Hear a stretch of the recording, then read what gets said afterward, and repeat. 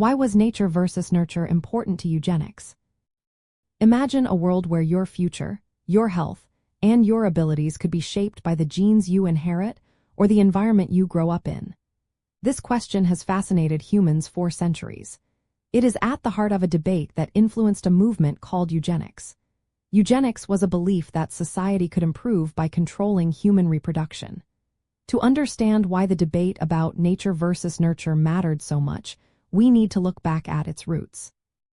In the late 1800s, a scientist named Francis Galton started exploring whether traits like intelligence, morality, or health were mainly inherited or learned. He believed that many qualities were passed down through genes. If that was true, then society could make better choices about who should reproduce. Galton thought that encouraging the reproduction of people with desirable traits and discouraging those with less desirable traits could improve the human race. This idea made the question of nature versus nurture very important.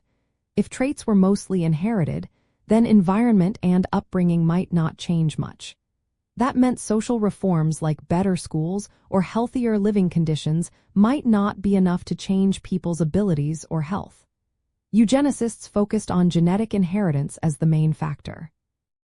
They used family and twin studies to support their ideas, suggesting that genetics played a stronger role than environment in traits like intelligence or criminal behavior.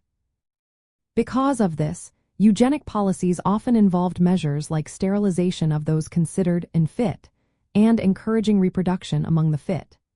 These policies aimed to improve the overall quality of the population based on the idea that genes determined most traits. The debate about nature versus nurture shaped these policies because it helped justify why genetics should be prioritized over social or environmental changes. As science advanced, researchers found that genes and environment interact in complex ways. It became clear that traits are not determined by genes alone. This challenged the early ideas of eugenics, which saw genetics as the only factor. Today, we understand that both inherited traits and environment influence health and abilities.